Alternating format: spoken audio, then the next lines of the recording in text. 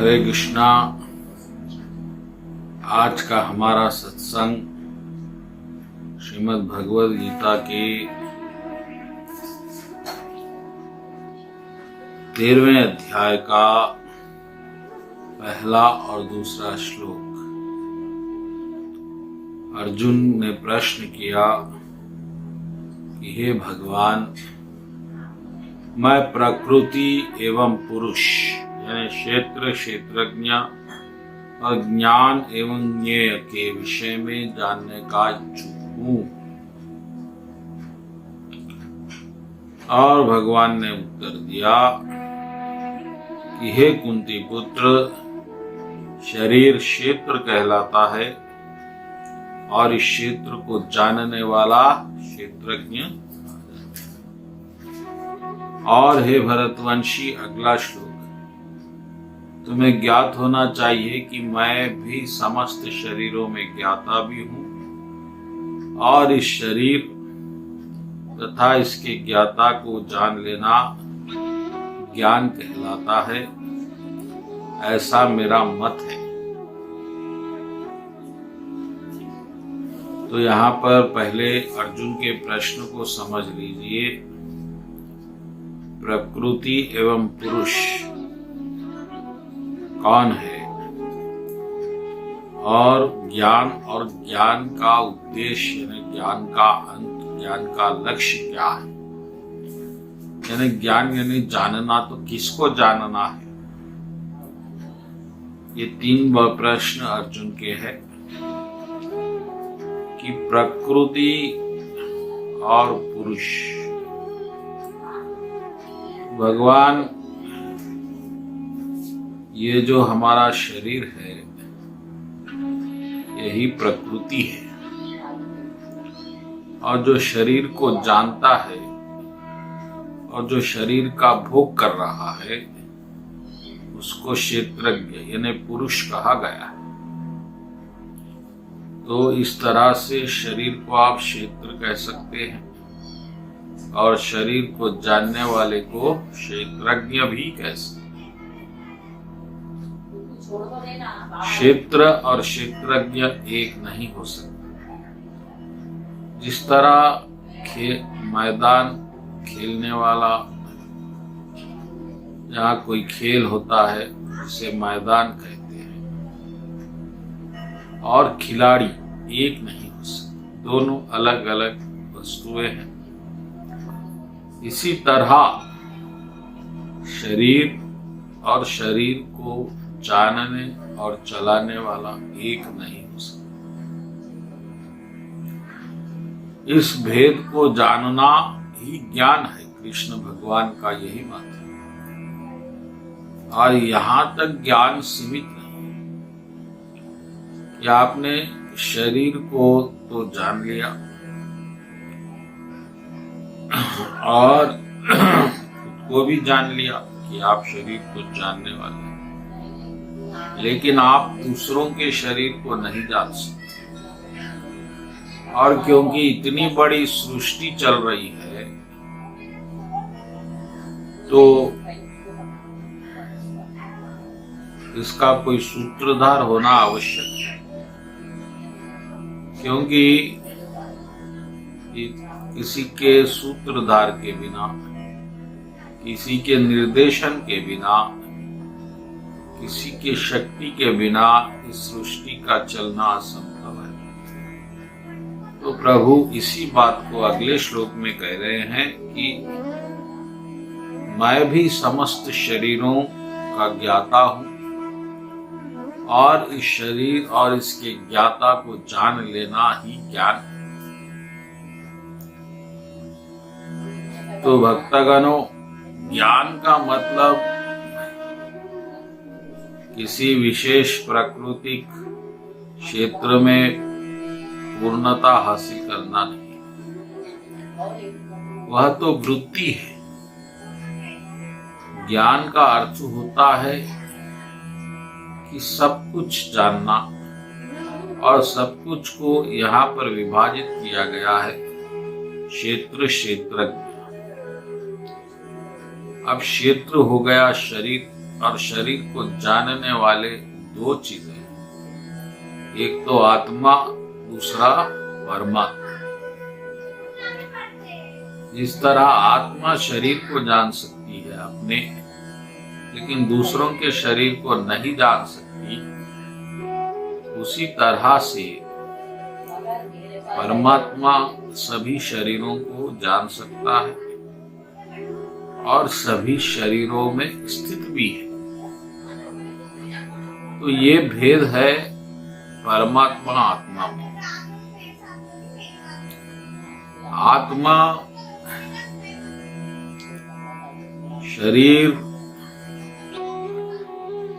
को जानती है और परमात्मा को नहीं जानती, लेकिन परमात्मा आत्मा को जानता है और शरीर को जानता है। अब जानता ही नहीं, शरीर को चलाता भी परमात्मा है।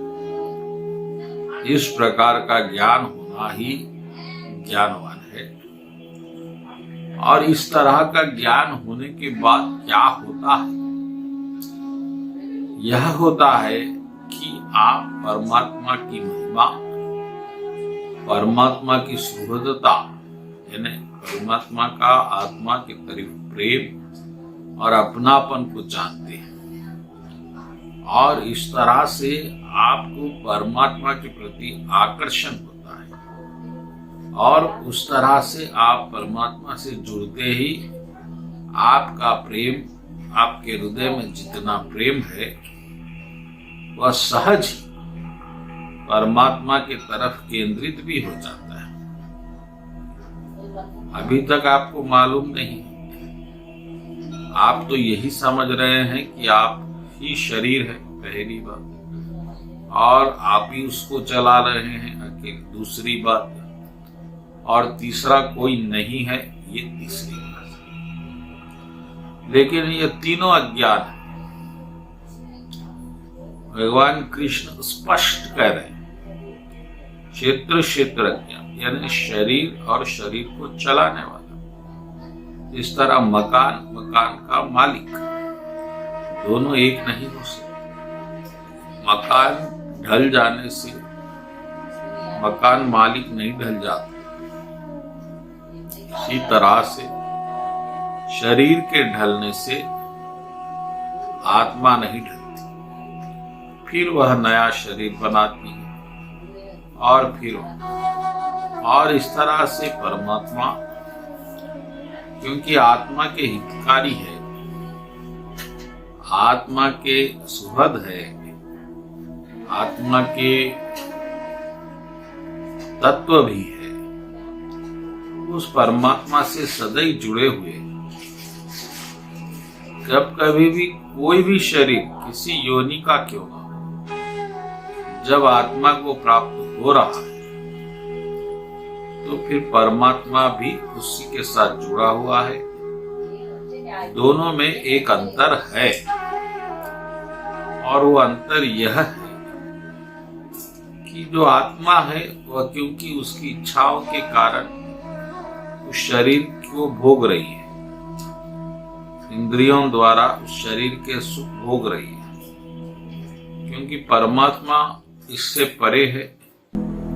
परमात्मा की इस भौतिक इंद्रिय विषयों में कोई रुचि नहीं है, तो परमात्मा बिल्कुल इस भोग में लिप्त नहीं है।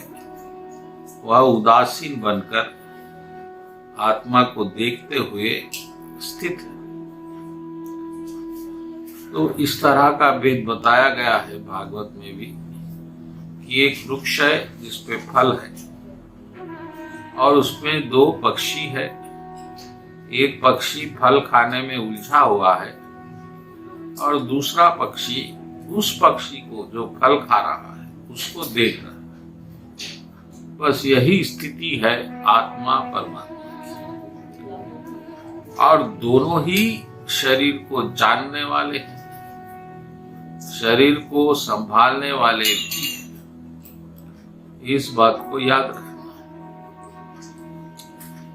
आप तो शरीर धारण किए हैं अपनी चेतना द्वारा, और परमात्मा इसको चला रहा है मन, बुद्धि, इंद्रियों के द्वारा। तो इस तरह से इन दोनों के बिना शरीर का कोई मोल ही नहीं है। और जो भी शरीर में जीवन प्रतीत हो रहा है वह मात्र दोनों की छाया है, क्योंकि ये शरीर तो पहले से ही मृत है। अगर इनको निकाल दिया जाए तो अभी मृत है। तो इन दोनों को आपको जानना आवश्यक है। और जानने के बाद क्या करना है कि आपको शरीर के भोगों से हटके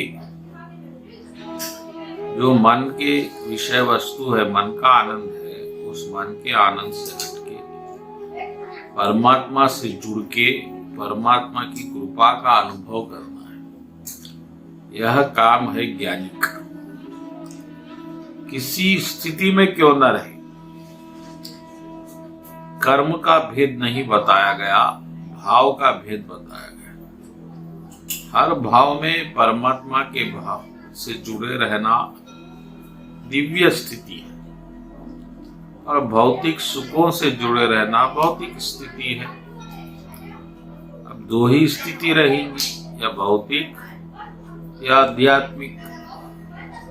आध्यात्मिक रहोगे तो अपने वास्तविक स्वरूप में रहोगे, और भौतिक रहोगे तो सुख दुख के भागीदार रहोगे। फैसला आपको करना है।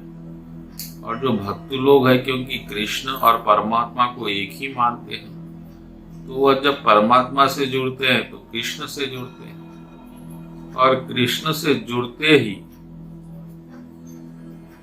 भौतिकता पूर्णता अपने आप नष्ट हो जाती है। कोई विशेष प्रयास की आवश्यकता नहीं। यह सरल मार्ग है, ये करिए, आनंद उठाइए। बोलो कृष्ण कन्हैया लाल की।